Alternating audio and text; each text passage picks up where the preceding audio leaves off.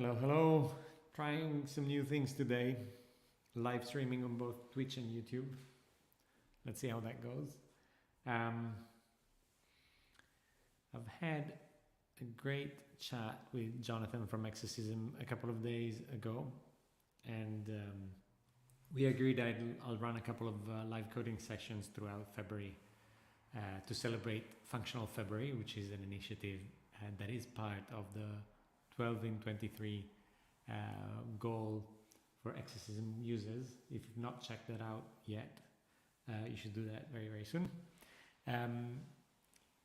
And yeah, so I was thinking I'd like to go live on Monday, the 6th of February, and prepare some content in both Scala and Elixir, because we are celebrating and learning functional languages. I thought Scala and Elixir would be a good start. But because I'm streaming through the Exorcism channel, I was thinking maybe it's a good idea to be prepared and have a bit of an idea of the concepts and code I'd like to show.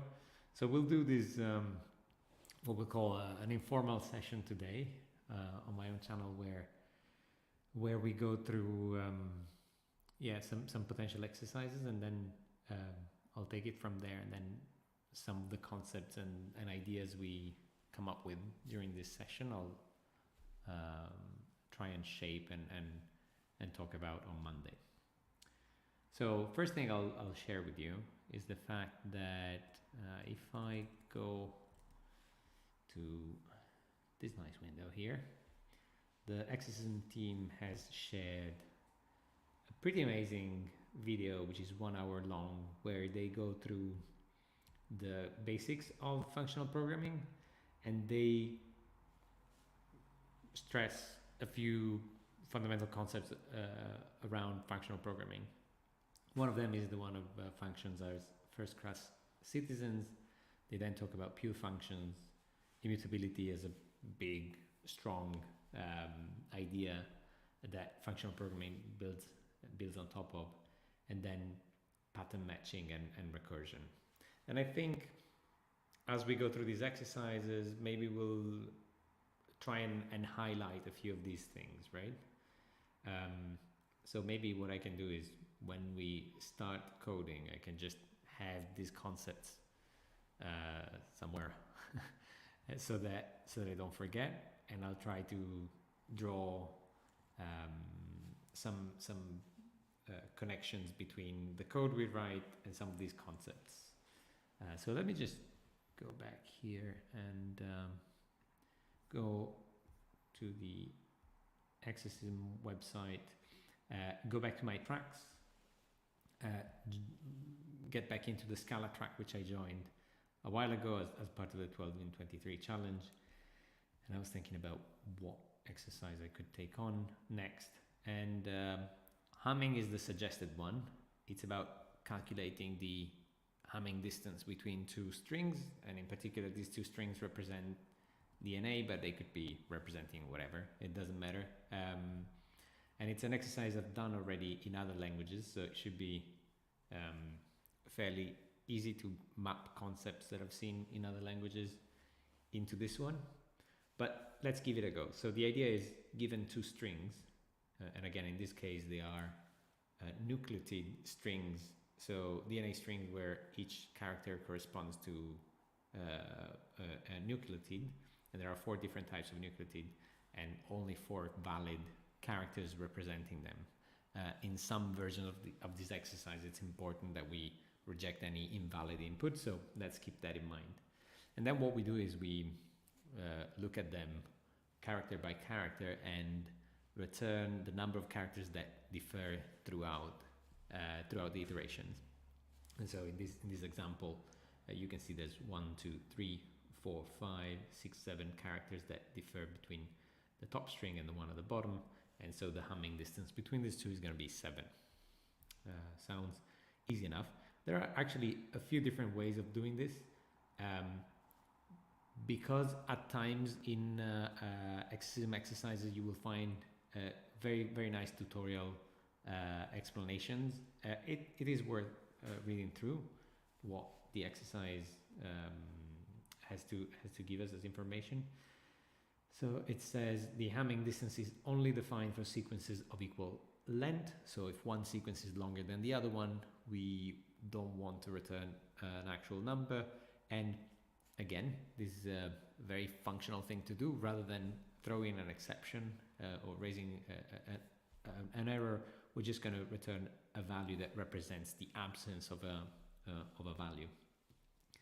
And to do that, usually in functional languages, you wrap the result of an operation that might make sense or not into an option, and then that option might resolve to a specific value if we manage to compute something, or resolve to a null-like sort of value. In the case of Scala, we usually we think about options as having some value, literally some, and then the value, or having no value and so having value none. And so the suggestion that the tutorial gives us is that when we cannot compute the Hamming distance between two strings because maybe they are different lengths, we should return none rather than raising an error. It also says option is used to indicate a computation that may possibly have no useful result. So for example, due to an error or invalid input. If you are unfamiliar with option, you may read this tutorial. Option is so-called monad, which covers a computational aspect, in this case, possible absence of value. So anytime you're modeling a result that should encapsulate the possible absence of value, option is a good tool at your disposal. Proper use of monads can result in very concise yet elegant and readable code. That's one of the main claims of functional programmers. Improper use can easily result in the contrary, also true. There's a video that we can watch, but we're not going to do that, and then we can maybe look at some real code. And then the thing that is highlighted is you don't need to use options if the result is always going to be valid. Only think about options as something that allows you to model absence of value. So think twice. Okay, with that in mind, I think we can go into the editor, and I might have to refresh my my memory on options and other things on Scala, but we'll try. So we have two DNA strands, and as you've understood, maybe we can start from that point. Maybe we want to return, so we want to check whether or not the two strings have the same size, and if not, we want to return none. Otherwise, we return a sum containing the result. For example, we could say, what can we do? We can really just do it if DNA strand 1, and I think it might be size or length. Let's start with size equals DNA strand 2 dot size. Then we're going to do something else. We're going to do something else. If they're not the same, then we're going to be returning none. And again, I don't remember if, yeah, I think that should be it. And let's see if this works. Say sum 1, otherwise none. Let's see if this works, even compiles at this point. Yeah, we want to put parentheses around our check here, our condition.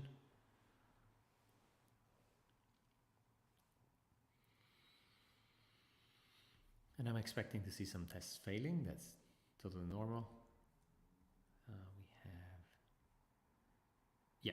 So at least we have something that compiles and we are on the right track. We're not capturing the situation where the strands are empty, which I guess should return that there's distance 0 between the two, identical strand and so on. But we are passing all the tests where something is wrong with the strings, right? So this allows second strand longer than the first one, the other way around, and then some more examples where we should return none, I guess. Non-unique character in first strand, small distance. Let's see if we can read out.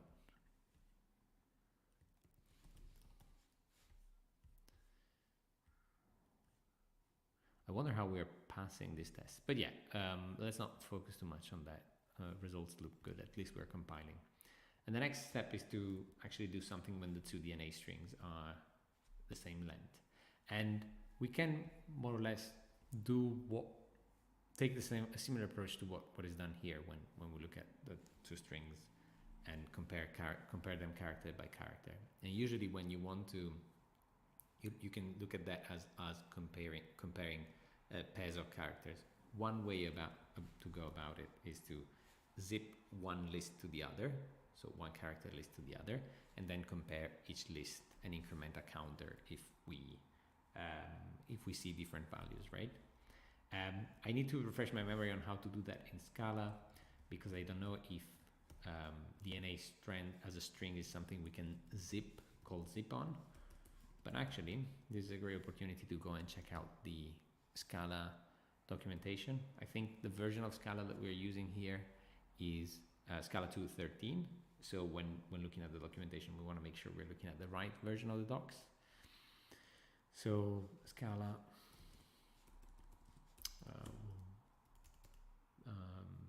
string API. Okay. String ops looks good enough. And then if I look for zip, is there anything here? Lazy zip. Not what we had, what I had in mind. Maybe let me make this a bit bigger. And is it possible that we're maybe inheriting that from something else?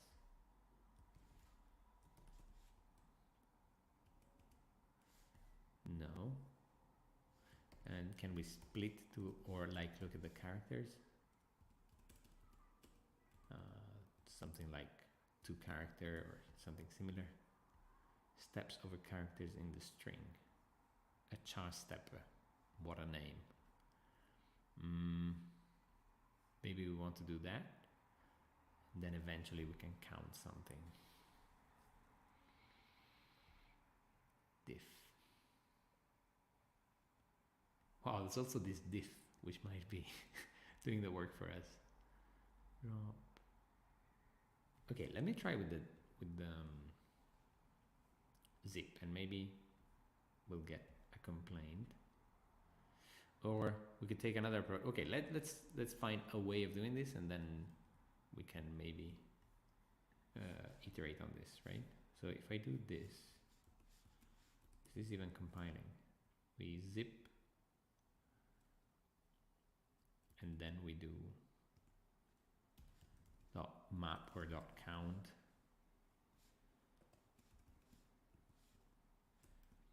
And again, I'm struggling to remember syntax, but we will have a couple of characters, right? A left and right character. And then we can say L different than R. And we'd want to wrap this into a sum. So this would be the distance.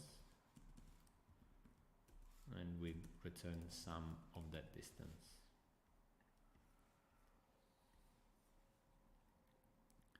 Let's see if we can actually zip. Illegal start of expression, val dist equal. Yeah, at this point, because I have a multi-line if clause, I have to actually wrap this in curly braces.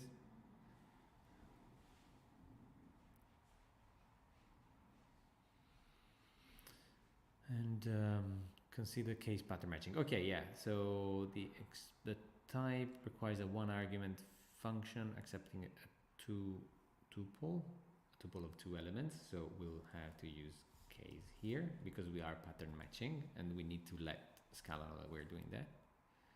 Do we have to go with the? So it seems like zip is actually a function on string, which is good. and then we might have to go with curly braces here. How would we go about it? Maybe something like this.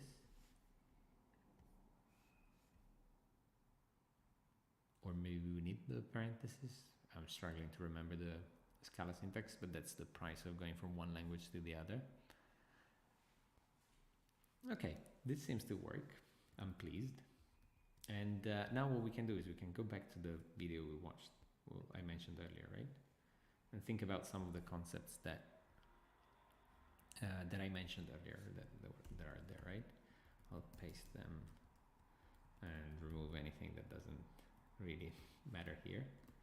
Okay, so functions as first class citizen was one of the concepts. We'll see if we are checking that. Pure functions, another one. Immutability, another one. And then pattern matching, I think we have that. And then recursion, which we are completely skipping here, right? And so the question here is looking at functions as first class citizens. You can see us doing some of that here, because when so what we're doing here is we are zipping the two strings together, and then we are calling the count function. Now the count function accepts a lambda of sorts, so you can pass a function to count, and then what's going to happen is that for each element in the list, we're going to evaluate the function in this block, and then count at 1 if the condition, if the block evaluates to true, otherwise we count 0. And this is a great example of using functions as first-class citizens. One could even extract this function into its own value, I guess. I would have to think about how to do that in Scala. Maybe we can look that up, and then maybe we can get into it more in a more structured way on Monday. But that's an example of functions as first-class citizens. Let's see how to define Scala lang. Define a val function. Basically, we define a function and assign it to a variable. Function n. Is it as easy as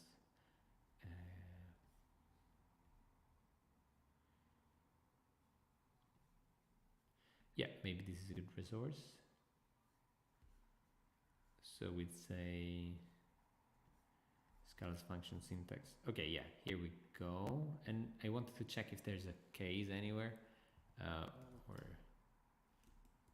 Okay, let's try a shorthand to define a function. Here we go. And then if it doesn't work, we can try something else. But again, focusing on this concept of functions as first-class citizens in Scala, we can try and extract this to a value and say count using the car diff function. What is car diff? Define car diff as a function that goes from a tuple of characters. Let's see if we can do that. From char, and I don't know if I have to be explicit on tuple, to, so it's a function from char to a Boolean value, yeah?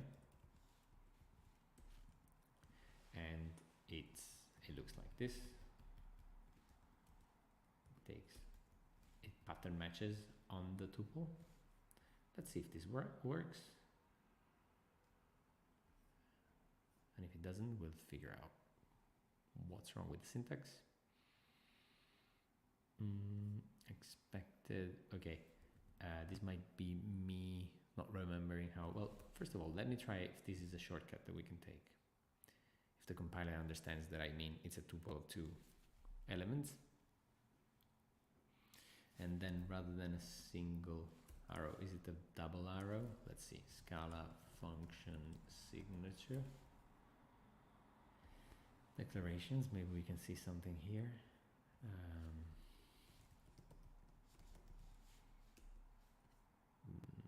Yeah, it's the double arrow. as opposed to a single one.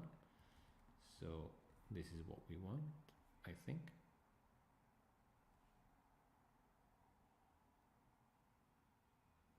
And again, going back to the concept of, and then, sorry, count Cardiff, it's expecting a okay. So what I'm saying here is we have a function with two arguments and they are both chars, right? Whereas what we actually want is to say there's a function with a single argument, which is a tuple, and returns a Boolean. And the complaint of a compiler was, hey, I'm expecting a function from a tuple to Boolean. You're giving me a function with two arguments, from two arguments to a Boolean, okay? So this is it. So with this, we illustrated the concept of functions as first-class citizens in Scala by showing how we can define a function that we then pass to another method call, which is count. And you see how this all makes sense, right? We are defining a function from a tuple of two elements to Boolean, and that's exactly what count expects in this context, because we are coming from a zipped list of strings. And so if this was to grow in complexity, we'd be able to make it a bit, define it somewhere else maybe, or as a def somewhere else, and still be able to pass it to the count method with no problem. I'm going to be submitting this, but before doing that, okay, so we talked about functions as first-class citizen. Let's see if there's anything else we can get out of this.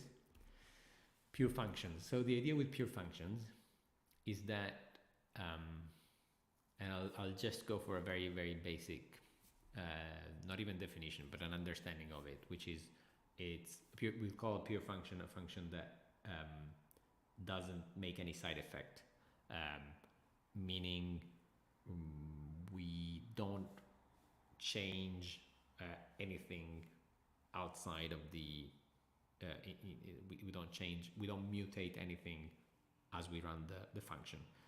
Pure functions are also connected to the concept of referential transparency, but I don't think it makes sense to get into referential transparency just yet. And so we'll just focus on this idea that if you look at the distance function, we're not making any side effect to anything. For example, we have two strings that are passed into the function. We are not mutating any of them. So the strings are exactly the same. We're creating new copies of the data as we process it, right? As we work on it. So in this sense, we are, you can think of distance between two strings as we defined it as a pure function. The other concept is the one of immutability, and again, we're not mutating anything in this definition. So that's we are doing that. Pattern matching is something we've seen in this instance where rather than having to work with, say, a tuple and then having to extract the elements out of the tuple, we can just match the tuple to this nice destructuring assignment, if you wish, or binding, where we go straight from the tuple to variable L and R and then can compare them straight away. That's a good example of pattern matching. We did not use recursion in this instance, but actually it should be possible to rewrite this exercise with the use of recursion as opposed to by counting across the entire zipped list of characters. And the idea there, just as a concept, would be thinking about the problem. We are checking how many characters are different in the string. And so when thinking about a recursive approach to this, the main question is, could we reduce this problem to a sub-problem? And the answer is definitely yes, right? Whenever you're iterating over a list and you're carrying over some result as you go, in this case the count of different characters, there's usually a way of going recursive, right? And in this case you can think about the fact that we are traversing this list, but what we could be doing is we could keep count of how many characters we've encountered that are different, and then apply the same function we've just called to the remainder of the string. And again, there's a few traits of a recursive solution that are emerging, and it's the idea that you can accumulate some sort of result, and the idea that you have a base case that you can always, that you know how to deal with. In this case, if the string is longer than one character, you know that you want to check if the first character is the same or not, and then move on to the remainder of the string. If, on the other hand, you have the base case, which is if you have a single character, just want to compare the two and return 1 if they are different and 0 otherwise. So what I'll do is I'll cut this out, or maybe I can keep this in and say, look, let's run the tests, submit, and then rather than moving on to another exercise, we can try and rewrite this in a recursive fashion, also because it's going to be a good way of showing off pattern matching again on strings rather than on tuples. So let's see. Okay, we can mark this as complete and share this one iteration, and then go back into the editor, and this time we'll try and go for a recursive approach. Okay, we won't have this kind of difference function. I don't think, or at least I don't think we need to keep it around. We can just check straight away, and then we're not going to be zipping the two lists. We are still going to be looking at whether the two strings are the same length, but we're not zipping anymore. Let's see what we're doing then. So if the two strings are the same, we want to think about the base case straight away. So we can say if DNA strand 1.size equals 1. This is our base case. I'll put it here. Then we want to return what? We want to return if, apologies about all the ifs, but if this is equal, we're talking about a single character, so we can just compare for equality the two strings. If the first string is equal to the second one, then we return 0, else we return 1. There's no ternary operator in Scala as far as I remember, so this is the shortest way we can return a value depending on whether a condition is true or false. What if the size is not 1? Then we want to call the distance function again somehow, but we want to increment some sort of accumulator, right? And one way of doing that is by defining an auxiliary function somewhere here, for example. We'll call it distance rec for recursive, and we'll pass in a couple of strings plus some result, some count, which we are accumulating, yeah? And this is going to be an int. And what this will do is it will call itself. Well, first of all, it will, okay, so this is, I guess, where we actually want to go for the base case. So let's do this. We want to do if the size of the DNA strand 1 is 1, then we can just return. Otherwise, we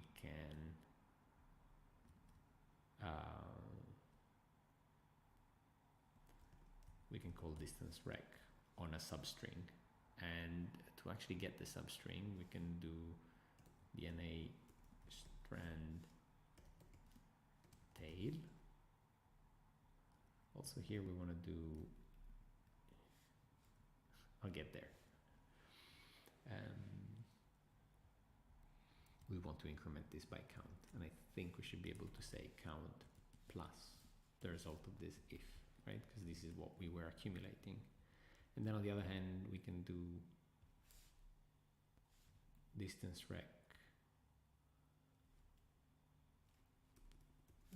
DNA strand 1 dot tail, if that's a thing, and then DNA strand 2 dot tail, again assuming tail is a method on string which returns the remainder of the string, and then the count will be what? It will be count plus whatever increment we need to apply, right?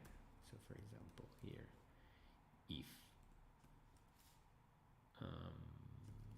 we call it increment, and we'll say increment is equal to 1 or 0, depending on whether the head of the NA strand is 1 or, sorry, is the same as the head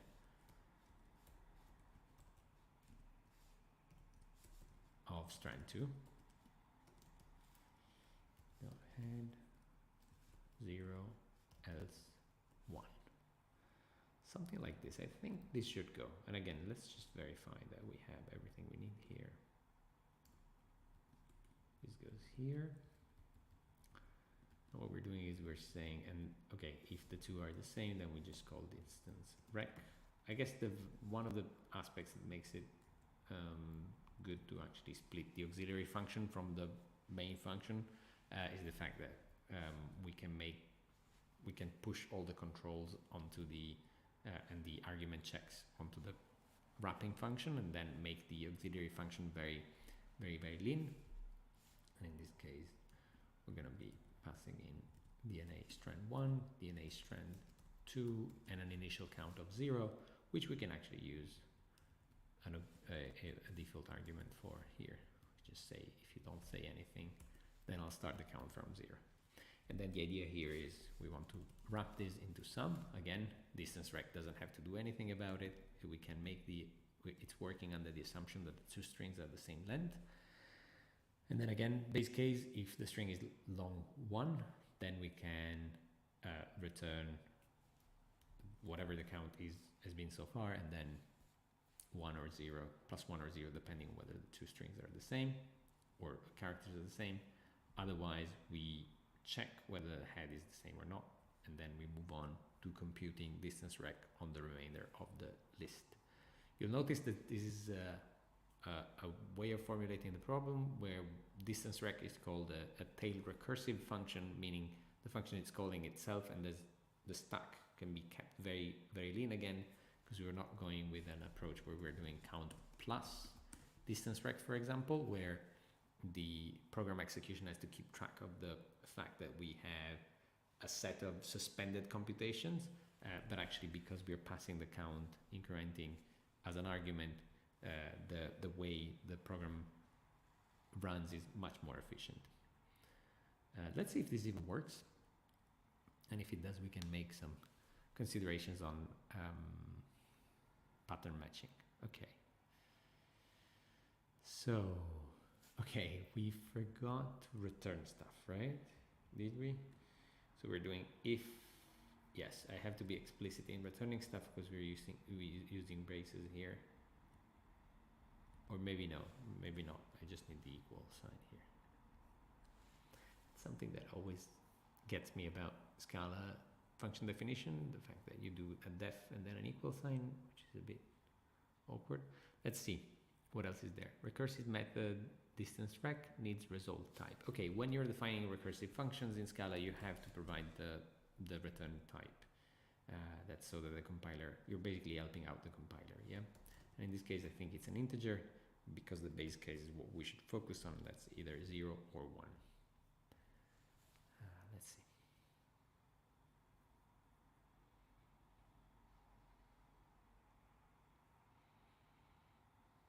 Okay, we have one failure, and it's the one where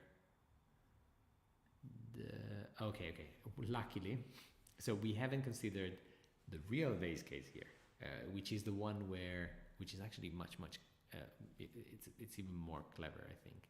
And if we think of the base case as the case where the string is empty, as opposed to as the case where the string is long 1, then we don't have to have this repetition where we check for equality. We have basically the same logic twice, here and down here, which is not great. That's a good sign that maybe our base case is not as base as we think. So we can use 0 as a base case, and if the means we've extracted all the elements of the string, and if we've done so, we can just return count. This is gonna result in an extra function call, but I think it's a good price to pay to have a bit more of a clean clean code here. I think that should sort it for us. If it does, and it does, we can focus for a moment on pattern matching and seeing the fact that we are extracting the head and the tail of the string here, right? And we can say, look, we can just say, we can maybe just look it up. We can say Scala string match, and then we can have some fun with this.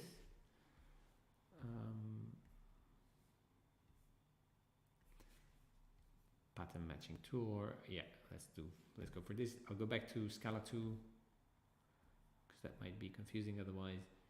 This is for integers. I actually care about strings. Maybe this will be okay.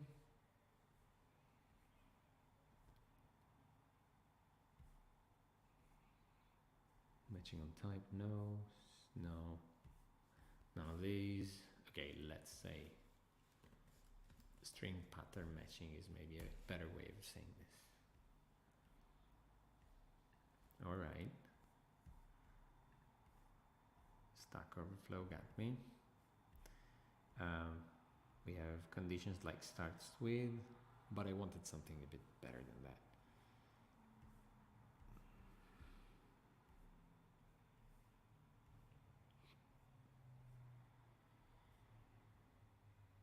And maybe we can reduce the whole if then else into a single case.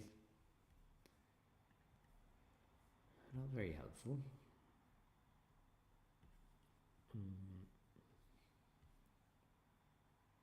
Better, okay? So we have a string here, and we can do case and then some string and say if value of x is g1, then we return this. Okay, but what about if we want to check just the head of something? Not great. And Geeks for Geeks will not let us out of their website. That's fine. Pattern matching on strings.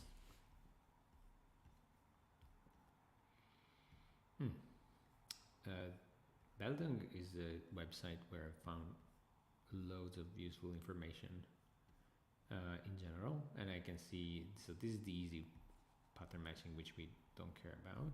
We actually want to go a tiny bit deeper than that. You know what, we're just going to try and make it up as we go. So my idea was, can we do so the same way as we do here, where we do candidate match and then curly braces, we do DNA strand 1, DNA strand 2, match, and then case. In case we are dealing with strings with one element. How do I do that? Can we do, let's see if I can do Scala string head tail. There's a way of doing decomposing like this. Can I do something like this in string? That's exactly what I was wondering. And the answer is you need a custom unapply method. Oh, we're not going to do that. We really don't care. Oh yeah, but head option is actually a good idea. Or maybe it sounds like a good idea and then it's as verbose as an if else. Okay, let's see. But at least we can simplify the whole thing a bit, right? Because we don't need we can actually capture the base case in this one match. For example, we can say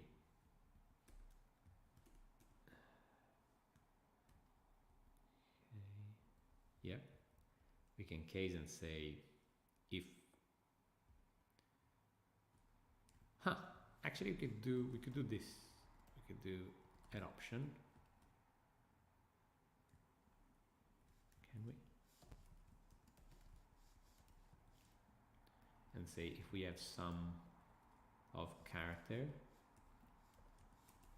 and then sum, let's call it left, right, okay, sum, then we return count. And then in the case where we have, I'm going to put it at the top. Yeah, no, actually we'll do what I just pasted. So this is what we do. Meaning if they have a head, then we'll, and this is very convenient because we have the head already and we know that actually works. Left, right. And then we still have to get the tail like this, which I hate, but fine, we'll just take it for now, okay? And then we can do the base case here. In case we have none, and one could be even more, you know, if you're lazier, you could just say, I know that the other element is also going to be none because already I know that I have guaranteed that the two strings are going to be the same size. And in this case, we're going to be returning just count, okay? So return count if both the heads are none, otherwise we return, we verify whether there's an increment to be made here, and you see that this is much neater now, and then we return the recursive function call. Yeah, maybe there are better ways of breaking the string into head and tail, but I can't think of any right now. Yeah, another approach would be to only match on the NA strand. But let's just be happy with this for now.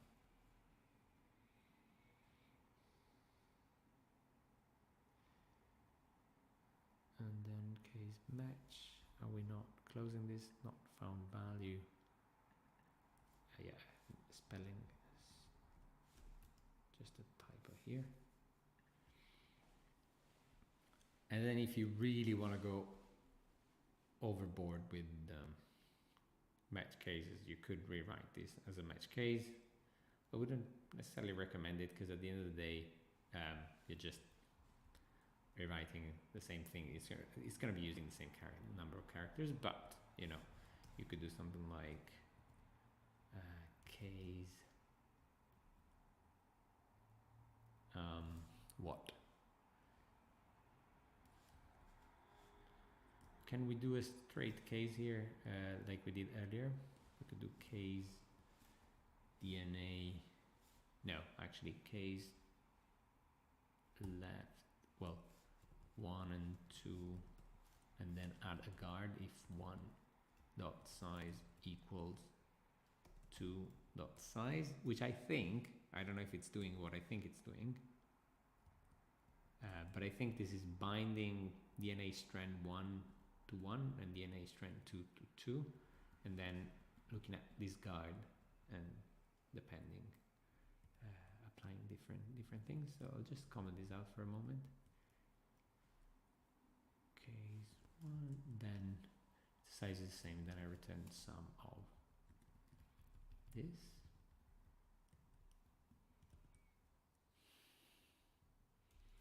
In case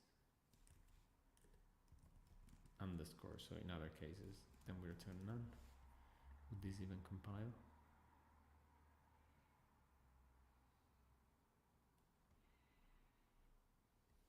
We'll call this going overboard with pattern matching. Not working, okay. Missing parameter type for expanded function.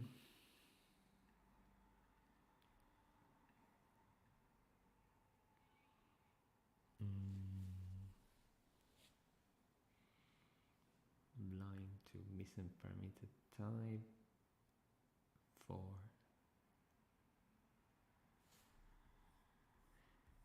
maybe I have to be explicit here. Expected type was option int.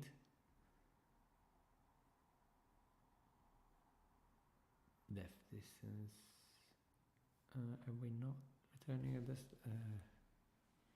option int?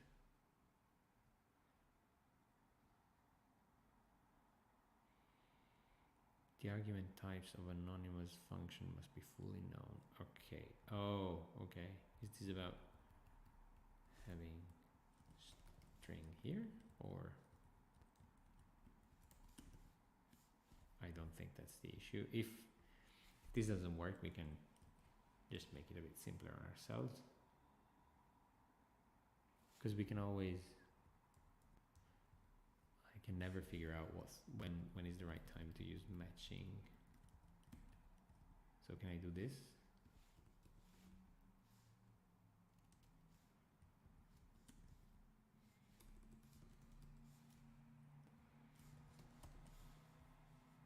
Right. This should work. Yeah, I think I know what was going on. I can't just match like that because it's not going to look at these as a tuple, but as a number of arguments. So I wonder if there's a shortcut there. If I could maybe remove parentheses somewhere and that would just work, but that's not. Trying to luck too much. Okay. Okay, you can see this is, I would argue, a bit better than the if-else maybe. I'll let you be the judge of that, but we just wanted to try guards on pattern matching, and guards on pattern matching are one of the most salient features when it comes to pattern matching, so it's good to know that this is an option here, okay? No pun intended. Right. Okay, I think I'm mildly satisfied, and I think we need to go on here, but we can use one or two, one and two as shortcuts here to make this a bit more readable.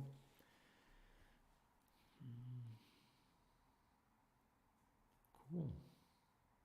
Yeah, so I suggest we wrap up the stream because I'm very happy with the progress here, and we managed to write a recursive solution to this, and it's always good to explore different approaches, right? So if you look at solution 1, it's very declarative, and you know, we are transforming strings. We're going from a single one to the list of tuples with all the characters zipped, and then counting based on a conditional function that we have defined somewhere else, and that's one approach, right? And then there's the recursive approach where we take a completely different stance. We just, as we did before, check the length of the strings, and then if they are the same, we run a recursive function that has a very clear base case, which is the one where the string is empty, meaning head option will return none, and then in all the other cases it just compares the characters at the head and then runs a distance rec function on the tail, keeping track of the incremental count. That's super. I hope you enjoyed the show. I'll see you on Monday on the Exorcism Live channel on Twitch, which is just something a bit new. So I'm not expecting a massive audience, but it's a good way to start building a bit of buzz around Exorcism and 12 in 23, and in particular around the functional languages month, which is February. So functional February, I guess, is the proper name. So I'll see you on Monday on the Exorcism Live Twitch channel, and in the meantime you can always find me on Twitter for anything.